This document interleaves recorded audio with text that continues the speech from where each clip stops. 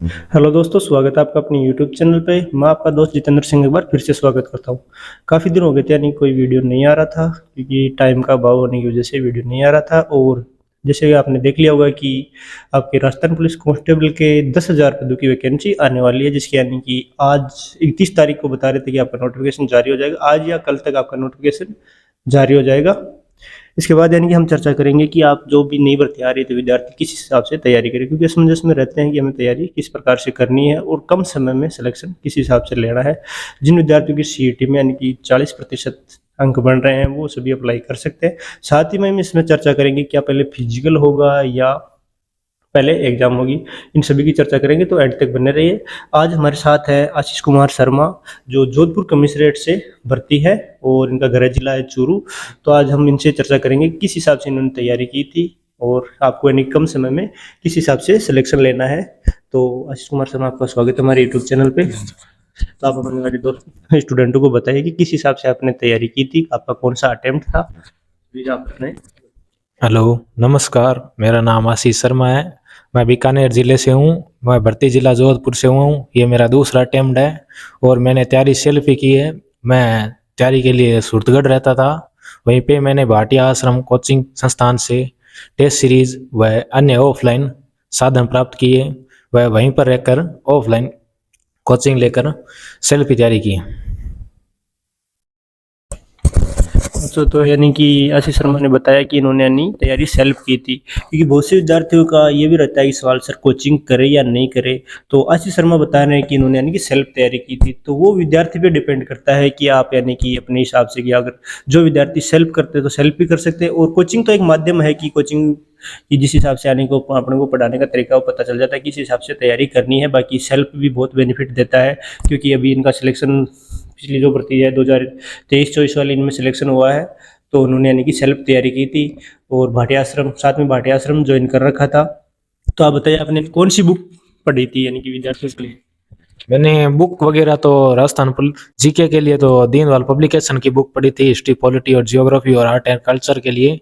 और बात करें इंडिया जीके की तो उसके लिए लुसेंट की बुक ही पढ़ी थी केवल, और उसके अलावा कुछ नहीं पढ़ा था। और कंप्यूटर की बात करें तो दिशा पब्लिकेशन की बुक आती है वीडियो की, वो ज़रूर पढ़ी थी। और रीजनिंग के लिए तो माथुर किताब ही काफ़ी, और कुछ ज़्यादा रीजनिंग के लिए मैंने कुछ किया नहीं। बाकी राजस्थान जीके और इंडिया जीके के लिए और कंप्यूटर के लिए मैंने ज़्यादा फोकस किया इस चीज़ में, और इसका मुझे बेनिफिट मिला। साथ में मैंने भाटिया आश्रम की ऑफलाइन टेस्ट सीरीज जरूर ज्वाइन की, और टेस्ट सीरीज मैंने 2-3 जगह और भी ज्वाइन की, लेकिन सबसे ज़्यादा बेनिफिट मुझे टेस्ट सीरीज से ही मिला उससे। जैसे कि बताया इन्होंने कि टेस्ट सीरीज, और ये मैंने पिछले जो भी वीडियो बनाए थे उनमें मैंने बताया था कि टेस्ट सीरीज यानी कि जो भी आप मॉक टेस्ट वगैरह देते हो या टेस्ट सीरीज सबसे इंपॉर्टेंट है, क्योंकि इससे आपको पता चल जाता है कि हमें अपना किस हिसाब से किस लेवल पे हम तैयारी कर रहे हैं, तथा जो भी यानी कि और लेवल अपना कितना बढ़ाना चाहिए। तो आप यानी कि कितने घंटे तैयारी पढ़ाई करते थे, ये भी घंटे कोई फिक्स नहीं थे। मैं प्रॉपर राजस्थान पुलिस की तैयारी करता था और किसी की करता नहीं, क्योंकि मैं 12th बेस ही था, मेरी ग्रेजुएशन चल रही थी, लेकिन इसलिए मैं प्रॉपर राजस्थान पुलिस की तैयारी करता। इस बीच मैंने कोई एग्ज़ाम भी नहीं दिया। और घंटे की बात करें तो मिनिमम 8 तो होते ही होते, उससे ज़्यादा भी होते, क्योंकि 8 फिलहाल कंपटीशन को देखते 8 घंटे से कम का संभावना ही नहीं है।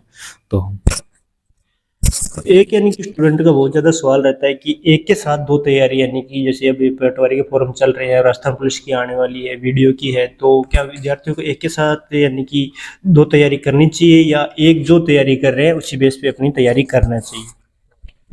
पहले तो मेन 2 तैयारी कर रहे हो तो पहले आपको लगना किस चीज़ में है, वो टारगेट होना चाहिए, वही पटवारी लगना है या राजस्थान पुलिस लगना है।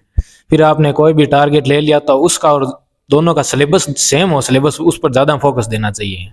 जैसे पटवारी का, राजस्थान जीके का, कंप्यूटर का और इंडिया जीके का और राजस्थान पुलिस का, इनका सिलेबस कॉमन है, तो इन पर थोड़ा ज़्यादा ध्यान देकर हम दोनों को भी साथ लेकर चल सकते हैं। लेकिन मैं यही कहूँगा, पहले जिसका आपको टारगेट है, लगता है मेरा इसमें सिलेक्शन हो सकता है, इसकी तैयारी करूँगा, तो उसकी करें। 2 को साथ में कर मैं तो नहीं चाहूँगा। लेकिन तो जैसा कि यानी विद्यार्थियों के बहुत से पहले भी कमेंट आए थे कि सर हम 2 तैयारी कर रहे हैं, 3 तैयारी कर रहे हैं, क्या हम यानी कि एक साथ कर सकते हैं।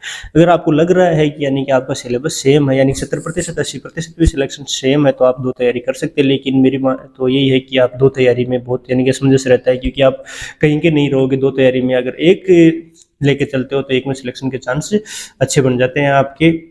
इसी के साथ में इनका यानी कि ये भी है कि ये अपने गांव में पहले गवर्नमेंट सर्वेंट है।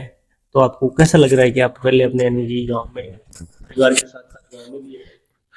सही बताऊं तो मेरा ये सपना था लगने के लिए कि मेरे गांव में इतना पढ़ाई का माहौल नहीं है, फिर भी मैंने ये सपना था कि मैं जब लगूंगा तो मुझे देखकर कम से कम और लोग इसके लिए प्रयास जरूर करेंगे। और यही बस मेरे लिए इस जॉब का और इस सपने को साकार करने में, मेहनत करने में बहुत सपोर्ट करता था।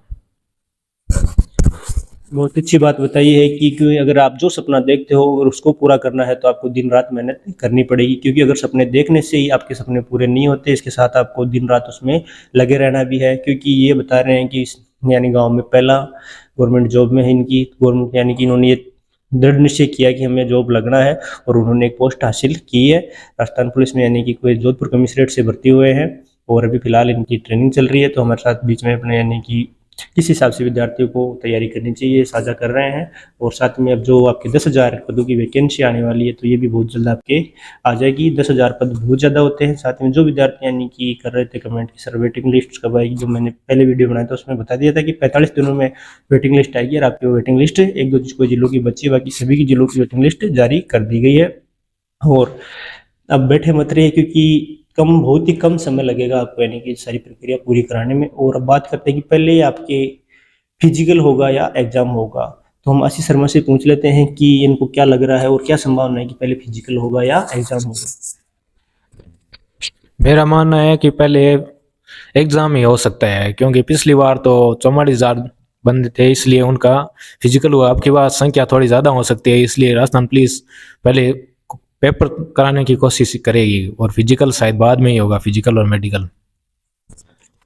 क्योंकि मेरा भी यही है, क्योंकि अगर लड़के ज़्यादा हैं फिजिकल कराएंगे तो, क्योंकि 40% किया है तो 40% में यानी कि पूरे के पूरे वही स्टूडेंट आ गए जो तैयारी करने वाले थे। क्योंकि 40% में बहुत कम स्टूडेंट है जो फेल हुए हैं, बाकी सभी के सब यानी कि और सबका फिजिकल एक साथ कराने में थोड़ी सी कठिनाइयों का सामना करना पड़ेगा। अगर एग्जाम करवा देते हैं, एग्जाम करवा के जो आपके पहले वाले रूल थे 5 गुना वाले, तो 5 गुना कराने के बाद यानी कि स्टूडेंटों की भीड़ भी कम हो जाती है और फिजिकल कराने में भी आसानी रहती है। तो जो विद्यार्थी राजस्थान पुलिस में लगना चाहते हैं, तैयारी कर रहे हैं, तो अभी से लग जाए, टाइम बहुत कम है। यानी कि बैठे मत रहे, सोचने में कुछ नहीं पड़ा, आपने जो सोच लिया वो करना है, तो राजस्थान पुलिस की तैयारी में लग जाइए। और 2018 के बाद पहली भर्ती है जो 10,000 पदों की आ रही है और 10,000 पद बहुत ज़्यादा होते हैं और आपको सिलेक्शन लेना है तो आज से दिन रात एक कर दीजिए। मिलते हैं एक नई जानकारी के साथ, नई वीडियो के साथ। जय हिंद, जय भारत।